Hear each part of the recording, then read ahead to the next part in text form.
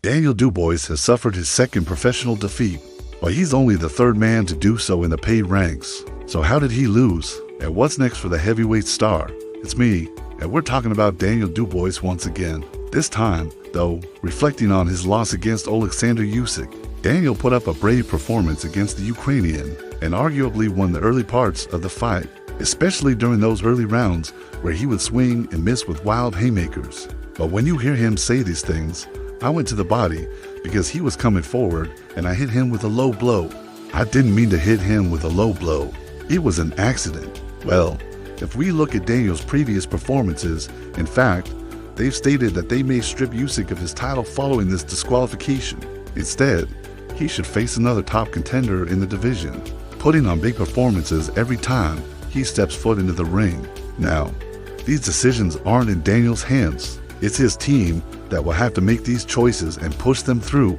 All Daniel can do is rest up, recharge, and come back hungry. We know that if he does all of these things, then he'll be in with a great chance of claiming world honor sooner rather than later. This will ensure that whenever he gets his next opportunity at a world title, he's more than ready for it. Ultimately, it's all about getting Daniel back into action. The longer he waits, the longer that fans will forget about him and move their support towards someone else. This isn't good news for Daniel, especially considering that he has to fill the shoes of the legendary Anthony Joshua, who hasn't been the same since his rematch loss against Usyk. If this does happen, then surely Daniel should step up and claim that vacant title. That might not be the easiest thing in the world, as there are plenty of other contenders waiting in the wings. But if anyone can do it, it's Daniel Dubois. We saw that he was defeated by Joe Joyce back in 2020, and we recently spoke about why Joe might be in line for a title shot after his recent win against Zhang. If this is the case and Joe is in line for a world title shot, then it makes sense that Daniel doesn't wait around and waste his time. Instead, he should look elsewhere for a potential world title shot. As we said, it was a silly mistake that Daniel made, but mistakes happen. And if there's one thing we know about Daniel, it's that he'll learn from this mistake. We saw it after his loss to Joe Joyce. He came back stronger and hungrier than ever. Should Usyk be stripped of his title? And who should Daniel face next? Let us know your thoughts in the comments below.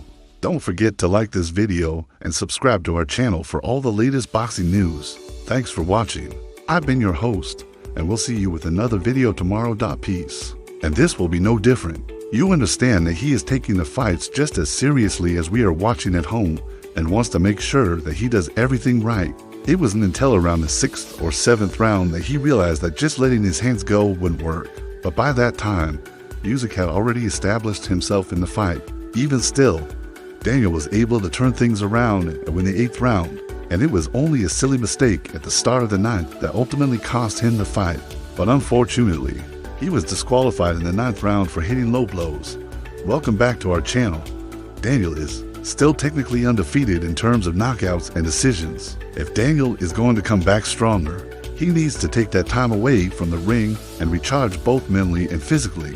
When speaking about recharging, we don't just mean resting up at home on the sofa. We mean getting back into the gym and working hard. It's clear that Daniel has a great team behind him, including his trainer, Don Charles. And we made sure that they'll come up with a great game plan for whoever he faces next. So what happens now?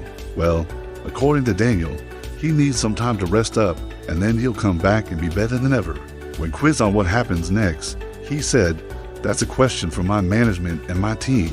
I just want to have a good night's sleep and get over the disappointment of tonight. I'm going to regroup with my team, take a week or two out of the gym, relax and chill out, and then come back stronger." Now, although it was a frustrating night for Daniel and the Brixton crowd, there are still many positives that we can take away from the fight. Before we get into those positives and where Daniel goes from here, we noticed that the longer the fight went on, the more that Daniel seemed to be finding his way back into the fight. He came out in the first round very aggressive, looking to impose his power. However, Usyk was too cute for him and was able to easily slip out of the way of most of those big shots. But as the fight wore on, it looked like Daniel had started to find his range a bit more.